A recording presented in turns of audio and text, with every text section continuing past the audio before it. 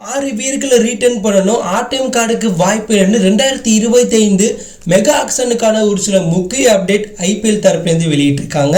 2025 mega action எப்படி நடக்க போகுது, ஒவ்வொரு அணிக்கும் எவ்வளோ கோடி தர போகிறாங்க, ஒவ்வொரு அணியும் எத்தனை பேரை ரீட்டர்ன் பண்ண ஐபிஎல் நிர்வாகம் அனுமதி தர போகிறாங்க, இந்த ஆக்ஷன் எப்படி நடக்க போகுது, எப்போ நடக்க போகுது அப்படிங்கிறத பற்றி தான் ரொம்ப டீட்டெயிலாக இந்த வீடியோவில் பார்க்க போகிறோம். ஸோ வீடியோக்குள்ளே போகிறதுக்கு முன்னாடி உங்களுக்கு பிடிச்ச ஃபேவரட் ஐபிஎல் நீங்கள் கமெண்ட்டை லீவ் பண்ணிட்டு உங்களுடைய ஃபேவரட் இந்தியன் பிளேயராக கமெண்ட்டை லீவ் பண்ணுங்கள். வாங்க வீடியோக்குள்ளே போகலாம். 2025 மெகா ஆக்ஷனுக்கான கூட்டத்தொடர் நடந்து முடிஞ்சிருக்கு. இந்த கூட்டத்தொடரில் பல முடிவுகளை பேசி முடிவெடுத்திருக்காங்க. அதன்படி 2025 மெகா ஆக்ஷனுக்கு அடுத்தபடியாக 5 ஆண்டுக்கு ஒரு முறை தான் மெகா ஆக்ஷன் நடத்தணும் அப்படிங்கிற கோரிக்கையை அனைத்து அணிகளும் முன்வைத்தாங்க. இந்த கோரிக்கையை ஐபிஎல் நிர்வாகம் ஏற்றுக்கிட்டதா தகவல் வெளியாயிருக்கு. ஸோ இதற்கப்புறம் 5 ஆண்டுக்கு ஒரு முறை தான் மெகா ஆக்ஷன் நடக்க போகிறதா தகவல் வெளியாயிருக்கு. மேலும் இந்த கூட்டத்தொடரில் கேகேஆர் அணி ஒரு வீரரை ரீட்டர்ன் பண்ணிட்டு 8 வீரருக்கு ஆர்டிஎம் கார்டு கொடுக்கலாம் அப்படிங்கிற புதிய ரூல்ஸை கொண்டு வரலாம்னு சொல்லியிருந்தாங்க. சிஎஸ்கே, மும்பை போன்ற அணிகள் 5லேருந்து 6 வீரர்களை ரீட்டர்ன் பண்ண அனுமதி கொடுக்கணும்னு கோரிக்கை வச்சுருந்தாங்க. பஞ்சாப், டெல்லி, லக்னோ போன்ற அணிகள் 3 வீரர்களை ரீட்டர்ன் பண்ண தான் அனுமதி கொடுக்கணும் அப்படிங்கிற மாதிரி அவங்கவுங்க கோரிக்கையெல்லாம் முன் வச்சுருந்தாங்க.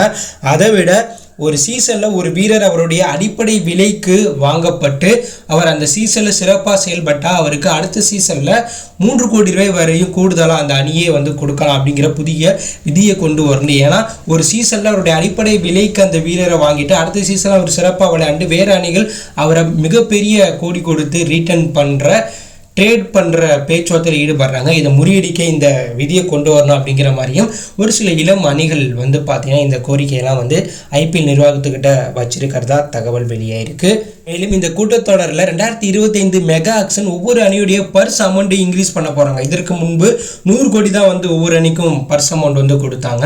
இந்த 2025 மெகா ஆக்ஷனில் ஒவ்வொரு அணிக்கும் 130லேருந்து 140 கோடி ரூபாய் கொடுக்க போகிறாங்களா ஆக்ஷன் தொகையா. ஸோ இந்த விதியை பார்த்தீங்கன்னா 2025 மெகா ஆக்ஷனில் இம்ப்ளிமெண்ட் பண்ண போகிறாங்க ஐபிஎல் நிர்வாகம். ஸோ இதனால் ஒவ்வொரு அணியும் 30லேருந்து 40 கோடி ரூபாய் பார்த்தீங்கன்னா பர்ஸ் அமௌண்ட் இன்க்ரீஸ் ஆகும். அதே போல் வீரர்களுடைய ஏல தொகையுமே பார்த்தீங்கன்னா ஒரு வீரர் 30 கோடி ரூபாய் கூட ஏலத்தில் ஐபிஎல் அணிகள் எடுக்க வாய்ப்பு இருக்குது. இது போல் பல முடிவுகளை இந்த கூட்டத்தொடரில் எடுத்திருக்காங்க. மேலும் ஐபிஎல் நிர்வாகம் 2025 மெகா ஆக்ஷனுக்கு முன்பு ரீட்டர்ன் பண்ணக்கூடிய வீரர்களுடைய லிஸ்ட்டையும் கூடிய சீக்கிரம் அறிவிக்க போகிறாங்க. அதன்படி ஒவ்வொரு அணியும் 5லேருந்து 6 வீரர்களை ரீட்டர்ன் பண்ணலாம் அப்படிங்கிற விதியை ஐபிஎல் நிர்வாகம் கொண்டு வர வாய்ப்பு இருக்கிறதா சொல்கிறாங்க.